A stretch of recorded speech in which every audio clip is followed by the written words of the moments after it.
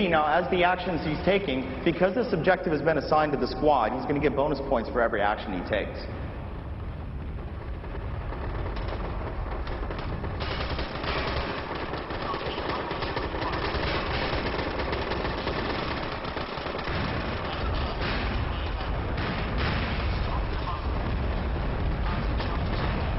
So now that they've managed to destroy that bunker, it's going to push all the defenders back farther into the heart of the base. His team's going to move up, plant charges once again on that anti-aircraft battery that was causing him so much trouble earlier, and defend that. Now, taking care of this will do a couple of things, give a couple of advantages to his team. First and foremost, it will allow the commanders to call in airstrikes as they battle, but it's also going to secure this as a forward spawn point for his team, which we'll see in a moment here.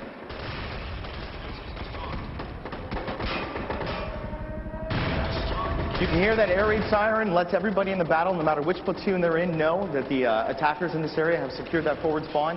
And now we have helicopters coming in, which serve as the forward deployment point for his team.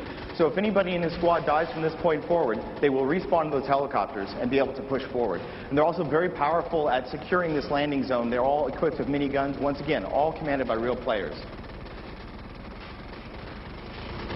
Now that they've managed to secure this forward landing zone, CJ is going to use another one of his command abilities. He tried to call in a UAV earlier, but now he's going to use an airstrike. He's going to call in a cluster bomb to clear the enemy off this wall and secure the point so his team can push forward and hit the heart of this facility.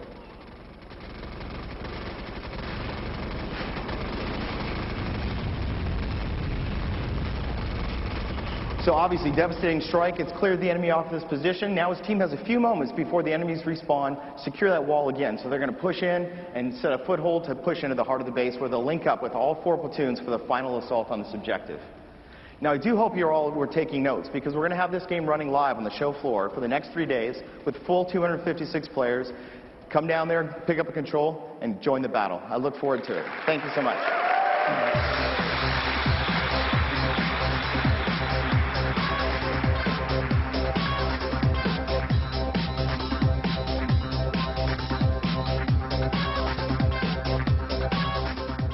Thanks, Andy. I know we're looking forward to MAG making its debut on PlayStation 3 this fall. So let's go.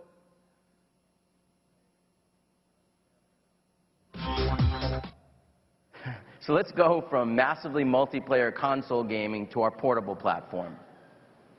When the PSP first came out 5 years ago, it was designed for portability and multimedia consumption. Over time, it became slimmer and lighter with a better LCD screen. And our content and services have continued to improve with it. We've had everything from applications like Skype and internet radio to nearly 400 PSP titles in North America alone, including many of the industry's most storied franchises. PlayStation Portable features blockbuster titles like Crisis Core, Final Fantasy VII, Star Wars Battlefront Renegade Squadron, Madden NFL 09, and of course, God of War Chains of Olympus. For gamers looking for a richer, deeper, and more engaging portable experience, the PSP has no equal. And last year, 15 million people came to the same conclusion, pushing our global install base to more than 50 million units. Over the past 2 years, much of that growth has been fueled by content offerings we've bundled with PSP, and this year will be no different. At Destination PlayStation, we announced a variety of entertainment packs for PSP, including bundles with Rock Band Unplugged coming out next week. The City of Final Fantasy will be launching on August 25th, and we follow that up with Assassin's Creed Bloodlines coming out on November 10th. We also outlined some of our plans to expand PSP to reach to a younger, more diverse demographic and further appeal to teen and tween girls.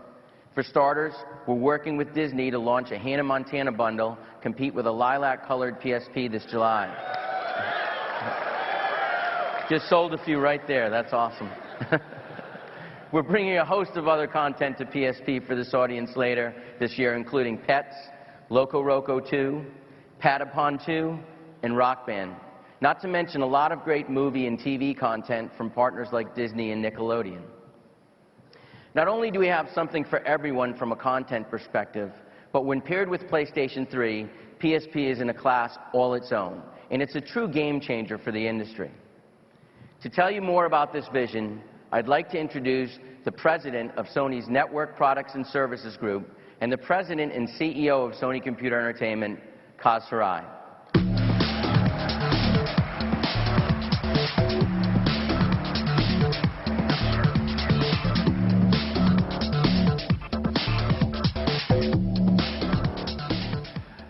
Thanks, Jack. I'm really excited to be back here on stage here at E3. I was part of the crowd last year, but I couldn't resist the temptation to be back on stage this year again. So it's a pleasure to be back on stage. So PlayStation grew from infancy to adolescence in the very heart of the digital era. And PlayStation's evolution is tracked precisely with, and obviously in many cases, helped lead the increasing comfort consumers have with digital technology. And 2 years ago, we sought to understand more about how consumers were using that digital technology. So naturally, we went on the road, visiting with publishers, developers, and gamers to ask how we could make the PSP better. And this feedback actually went right back to our engineering team and led to changes in the design and the features of the PSP. So it's my pleasure today to officially introduce the next step in the evolution of the PlayStation Portable. For those who live a more digital lifestyle, who are downloading content across the network, who no longer need or desire tangible media like UMDs, CDs, or DVDs in their homes or backpacks or in their briefcases. And I have it right here in my pocket. Here it is.